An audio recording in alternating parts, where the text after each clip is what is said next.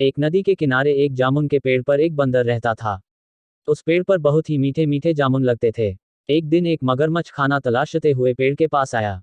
बंदर ने उससे पूछा तो उसने अपने आने की वजह बताई। बंदर ने बताया कि यहाँ बहुत ही मीठे जामुन लगते हैं और उसने वो जामुन मगरमच्छ को दिए। उसकी मित्रता नदी में रहने वाले मगरमच्छ के साथ हो गई। वह बंदर उस मगरमच्छ को रोज खाने के लिए जामुन देता रहता था।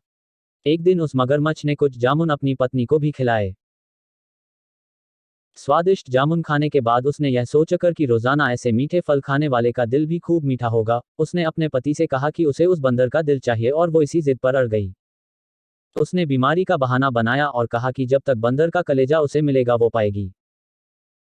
पत्नी की जिद से मजबूर हुए मगरमच्छ ने एक चाल चली और बंदर से कहा कि उसकी भाभी उसे मिलना चाहती है। बंदर ने कहा कि वो भला नदी में कैसे जाएगा। मगरमच्छ ने उपाय सुझाया कि वह उसकी पीठ पर बैठ जाए ताकि सुरक्षित उसके घर पहुंच जाए।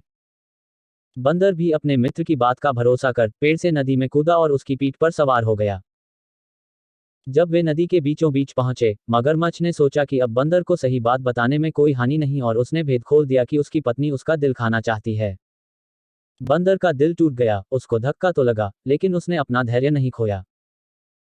बंदर तपाक से बोला, ओह मेरे मित्र, तुमने यह बात मुझे पहले क्यों नहीं बताई, क्योंकि मैंने तो अपना दिल जामुन के पेड़ में संभाल कर रखा है।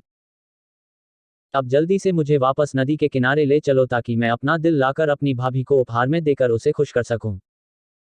मूर्ख मगरमच्छ बंदर को जैसे ही नदी किनारे लेकर आया, बंदर ने जोर से जामुन के पेड़ पर छलांग लगाई और क्रोध में भरकर बोला, मूर्ख, दिल के बिना भी क्या कोई जिंदा रह सकता है। जा, आज से तेरी मेरी दोस्ती समाप्त। शिक्षा 1, मुसीबत के क्षणों में धैर्य नहीं खोना चाहिए। 2, अनजान से दोस्ती सोच समझकर करनी चाहिए।